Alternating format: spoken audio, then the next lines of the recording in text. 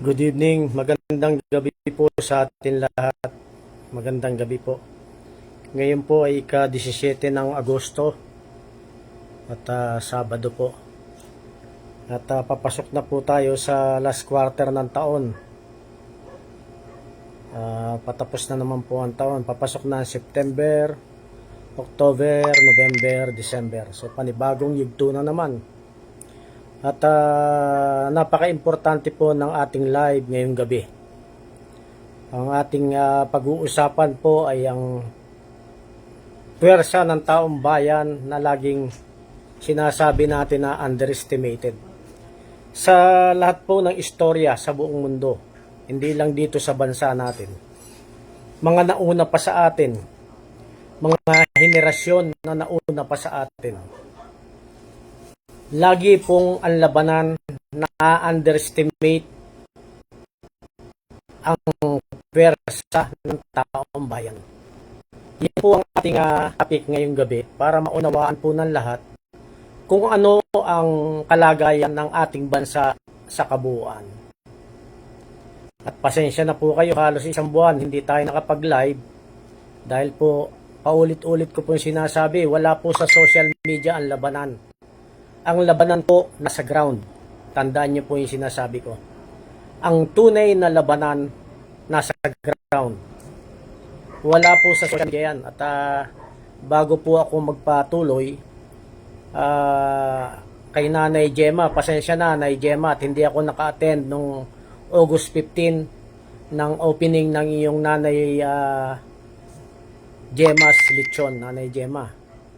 Pasensya na. At nag-usap kami na ako'y inimbitahan niya para sa opening ng Nanay Gemma's Lechon pero hindi ako nakapunta dahil meron po tayong inayos na napaka-importanting laban. At ang laban na yan na ipanalo natin para sa ating People's Initiative. Kagaya ng sinasabi ko, wala po tayong laban na natalo. Tandaan niyo po yan. Nanalo po tayo panandalian. At malalaman nyo rin po ang kabuuan ng istorya. Yan po ay naayos natin ang kalaban na bilisan lang po natin at baka maputol po tayo. Naipanalo po natin ang laban ng ating People's Initiative. Ang kalaban po natin, politiko. Yan. At ongoing pa rin yan. At dikdikan ang labanan at alam ko mananalo tayo dahil tayo ay nasa panig lagi ng katotohanan at yan ay isang yugto ng ating ginampanan na yan, bilisan po natin at napuputol ang signal. So ang topic po natin ngayon, the power of the people is always underestimated. Simula pa nung unang mahon, ang henerasyon na nakalipas, laging ang pwersa ng taong bayan ay underestimated. Nung mga tao, na taong bayan rin ang nagluklok sa pwesto. Yan po ang katotohanan. Diretsahin ko na po. Tayo po ay kabilang sa ating Muslim, Christian, Lumad framework ng ating MNLF. Tri-body po yan, hindi lang po isa yan. Sa pagkakaalam ng lahat,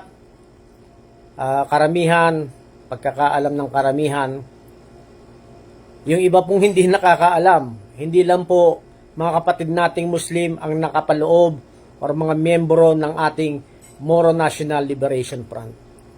Tri-body po yan. Nandiyan po ang ating Muslim, Christian, tsaka yung ating mga kapatid na Lumad.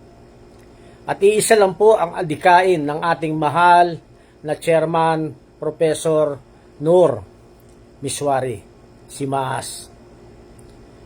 Ang magkaroon ng kapayapaan sa ating bansang Moro at ang magkaroon ng tunay na kalayaan na tayo'y makagalaw ng malaya, ng payapa at mamuhay ng marangya sa sarili nating lupain. Dediretsahin ko na po ang usapan.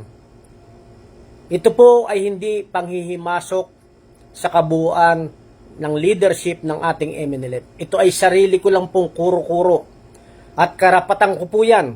Bakit po naging karapatan nagbigay ng malayang kuro-kuro? Hindi lang po isa, dalawang beses kong inilagay sa alanganin ang aking sarili, ang aking buhay, kasama ang aking may bahay, ang aking mga kapatid sa ating People's Initiative para tulungan ang mga kapatid nating MNLF sa hulo-sulo at sa marami pang parte ng bansa natin. Sa ngayon ay nagkakaroon ng sigalot. Merong sigalot sa Sultan Kudarat. Yan po ay between sa ating mga kapatid na MNLF at mga kapatid na MILF. At alam naman po natin ang istorya niyan. Hindi po lingid sa kaalaman ng lahat. Malalim po ang istorya, may mga dahilan. Isa lang po yan. Meron po tayong mga noble leaders. Pag sinabi po nating noble, ang salita pong noble, tandaan nyo po, itanin nyo sa inyong isipan at sa inyong puso. Pag sinabi pong noble, kahit ihalo mo yan sa karamihan ng mayayaman, kahit yan po ay ihalo mo sa karamihan ng mga naghihirap, kahit nandyan sa pagtitipon between sa mahihirap at mayayaman, kahit magsama-sama sila, laging lumulutang ang noble men and women. Kakaiba po sila. Pag sinabing pong noble, meron po sa kanilang puso na nakatanim para ipakipaglaban ang kanilang kapwa-tao. Ang kanilang iniisip lagi, greatest good for the greatest number. At yan ko minahal ang state chairman ng Davao na si Chairman General Monk Rasting Ulamit. Malalim po ang aming pinagsasamahan at pinagsamahan. Sa kanya ko nahimay at natutunan ang lalim ng istorya ng MNLF.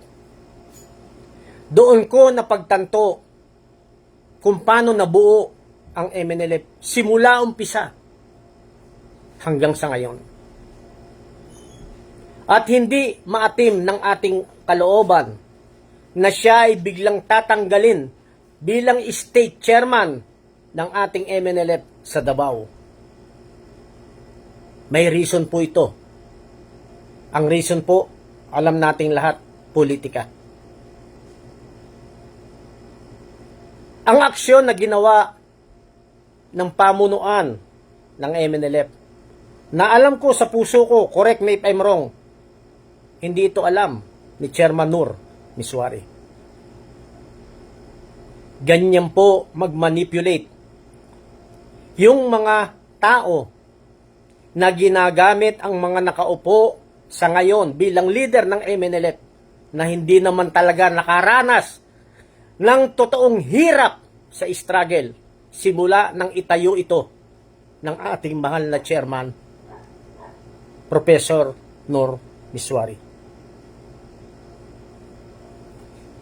Hindi lang po si State Chairman General Monk Rasting Ulamit ang biktima rito. Marami pa po, lalo yung ating mga ground commanders na ginigipit sa ngayon. Ginagamit nila ang MILF para sa divide and conquer strategy ng mga nakaupo sa tinatawag nating dapat na nagpapatupad ng tunay na peace process sa bansa nating ito. Maaring mali ako, maaari akong tama, pero bakit hindi nating hayaan magsalita si Chairman Nur Miswari? Sa kanyang bibig mismo manggaling na tinatanggal ko ang state chairman ng Davao na si General Rasting Monk Ulamit sa mga sumusunod na kadahilanan. Kailangan may reason. Hindi pwedeng basta na lang tatanggalin ng nakaupo sa ngayon na hindi naman sila nakaranas ng totoong struggle sa ground.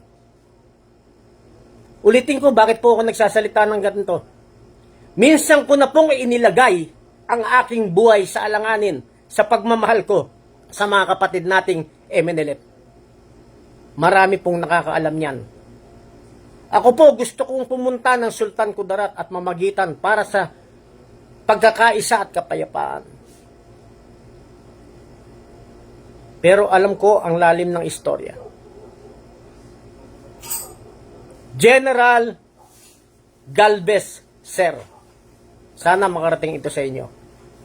Sana'y idaan nyo sa patas na labanan.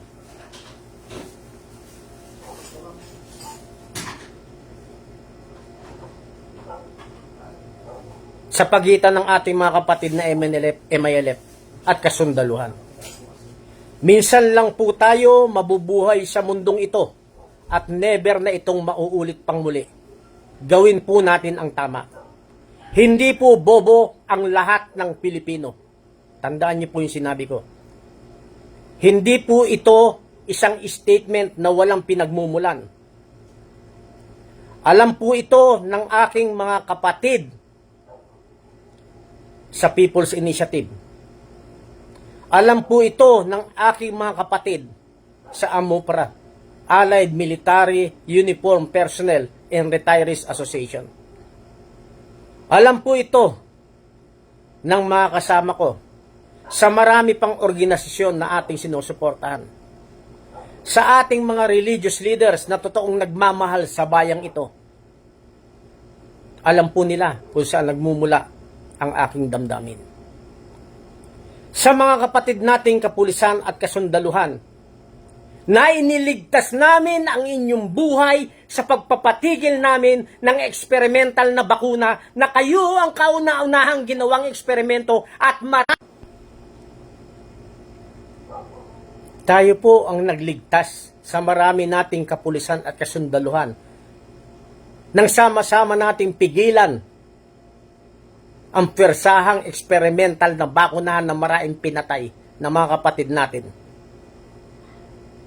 Inuna nilang gawing eksperimento mga kapatid nating kapulisan at kasundaluhan. At nang magplano sila ng pangalawang sigalot na naman na yan. Pangalawang daluyong ng kanilang plano na lockdown na naman at pwersahang bakunahan under Senate Bill 1869. Yan po ay ating napigilan.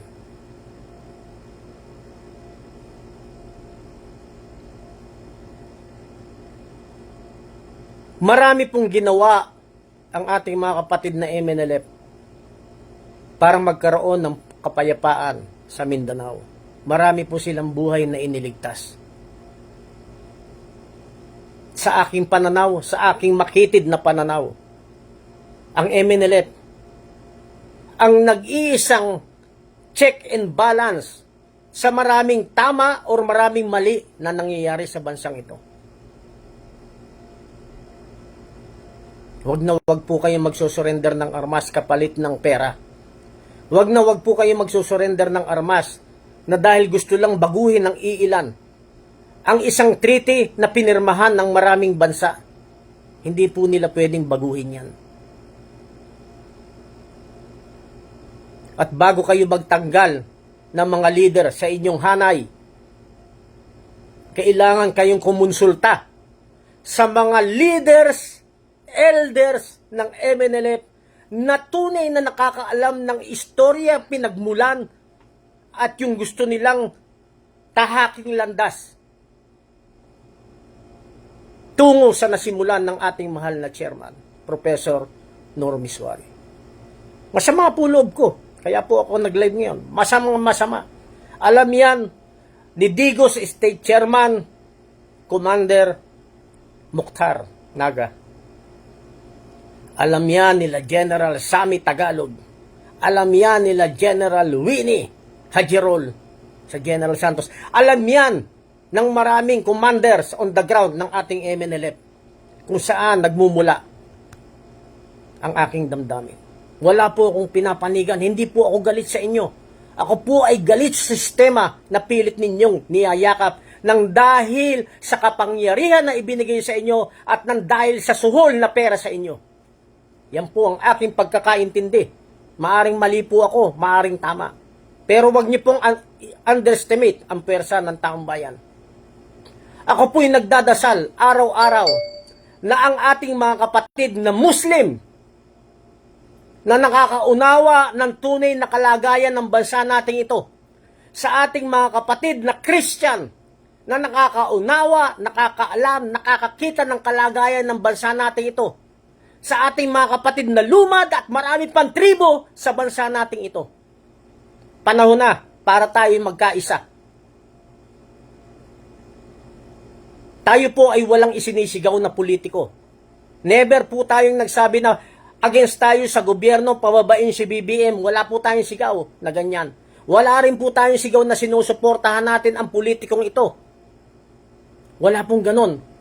Ang gusto po nating iangat sa pagkakataong ito ay ang taong bayan para maitama nating lahat ito.